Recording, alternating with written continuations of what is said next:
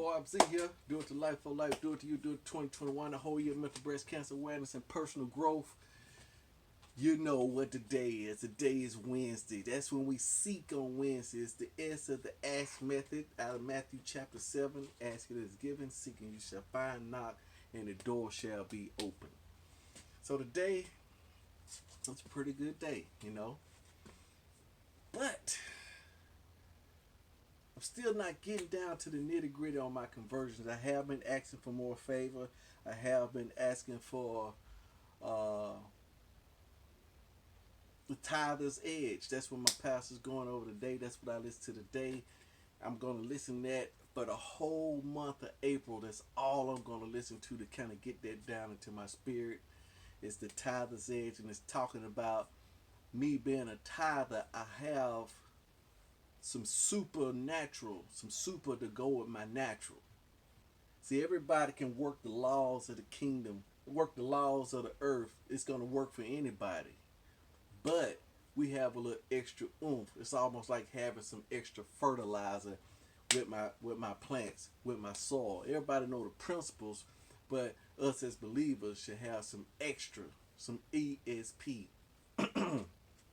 So that's what he's talking about: is supernatural ability to function at a high level of excellence and integrity.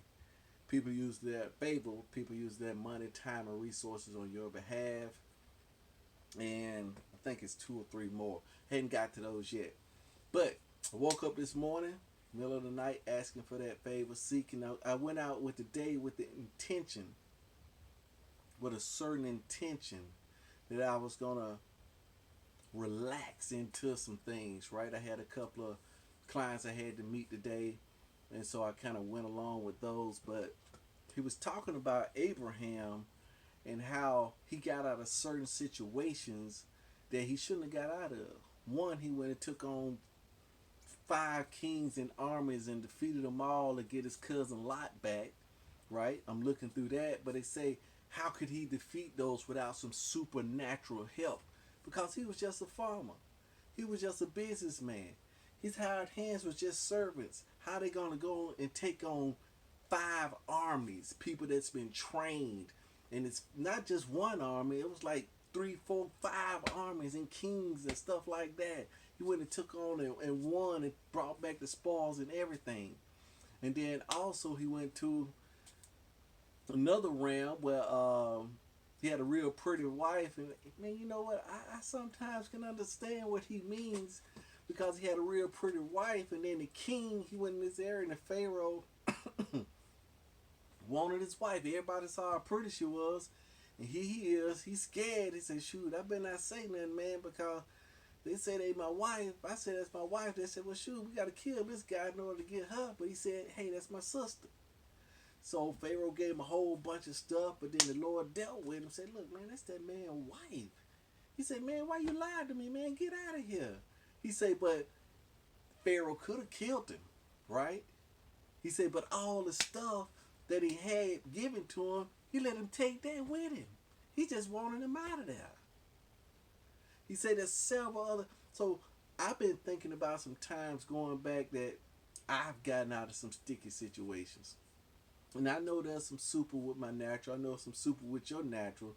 But I want to do it a little bit more on purpose. And that's what I'm doing on Mondays, Wednesdays, and Fridays. I want to be a little bit more purposeful with it and getting it just like the one thing. I want to be more purposeful with it and trying to walk that thing out. You know, like I said, the progress ain't coming as fast as I thought, but that's how it is in the book. It's a geometric progression. It starts out so slow to notice, and then when it gets so much speed, it's too fast to stop. And that's how it is. I'm only on day 171. But tomorrow it's going to be the 4 agreements. Man, we're going to dive in that. I'm going to be off tomorrow, spend some time with my family. But I just got through exercising. It's one of those dominoes that I was doing, making sure that I at least exercise, some form of exercise every single day. But I felt good today. I had to get down there because I was able to get, remember I told you that a couple, a not so good habit with a good habit. So the only time I was catching up on some of the shows I like to watch, one of the shows I watched, one of my daughters got me watching, is Attack on Titan. It's a decent show, right? But the reason I kind of watch it, catch it with it, so I have a chance to kind of conversate with her. But it's a good show, but there's not a lot of science in it. I'm a science guy, but I like to stay relevant with my kids, with my family members, and it's got some nice songs and soundtracks in it, and it's a pretty solid story. So I am learning some stuff about human nature. That's what most good shows are. They are the truth, right? And we see it every day. We find any good show, it's got to have an element of truth to it and the element of philosophy to it that we just got to look and analyze. It's only history repeating itself. So, if that's the case, right, then if I can study the past, then I should be able to predict the future. But I don't have to, because I got some super with my natural. I could go back through the Bible. There's stories in there where Jesus was telling one of the disciples, hey, look, I want you to go into this city, right? You need to go prepare as a place. You're going to see a man carrying a pot on his head, which was strange, but you'll see this guy. That's the guy you follow. You say, hey, what if it was thousands of guys carrying pots on their head? But in those times, the guy told me, women the one carried the water. It's odd for a man to be carrying it. So he would stick out like a sore thumb. They say, follow him. One time he would say, go into and say, tell this guy, give me the upper room. And they gave it to him. One time he went in and was going to get a donkey to ride on. He said, go in and find a donkey that ain't nobody ever rode on. And then when you start loosening the donkey, guess what? Somebody going to ask you about it and you tell him this. See, the Lord will load our lips. He knows the future. How's that? Wouldn't it be amazing? Kind of go through life without making a mistake. Always have the edge. You've been there. Sometimes you in the zone, and other times you just right outside the zone. You're like 2 seconds too late. I'm serious, literally 2 seconds. You be like, dang, I was right up on that. If I'd have been 2 seconds early and I felt that I had the opportunity to go 2 seconds quicker, but then I hesitated. I know you've been there. Or you're going too fast. So sometimes when traffic starts slowing me down, all the lights and stuff kind of catch me, then that's what I do. I normally say, hey, look, I'm getting in position. I picked up several things like that, getting in position. It's all we're doing is tricking ourselves. It's all about the attitude and the vibe we send out.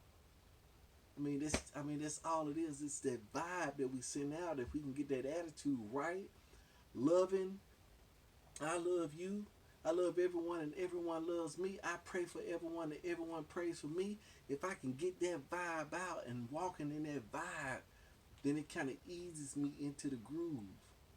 Because I'm telling you, man, you'd be like, dang, how did that feel? I just came out and then I just came up.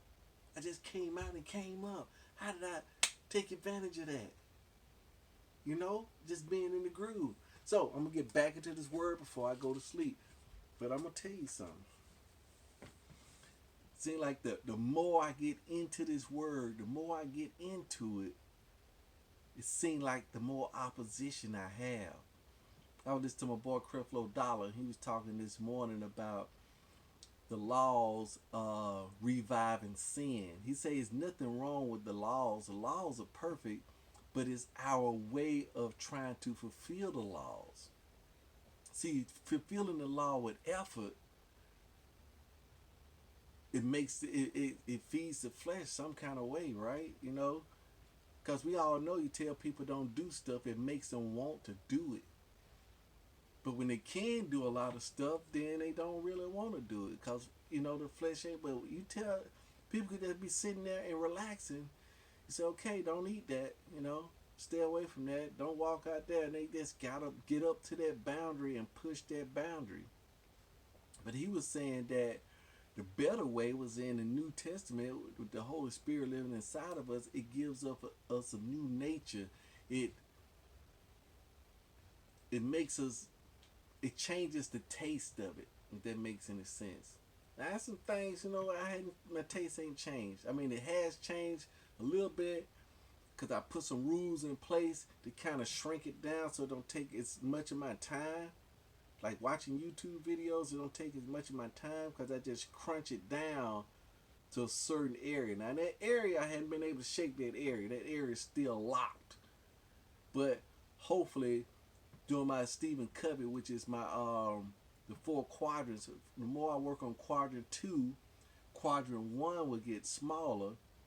And then once quadrant 1 gets smaller, then there's no need for quadrant 4. Then I work even more on quadrant 2. Then they give me strength to say no to quadrant 3. I know I went all around, right? But anybody know what I'm talking about?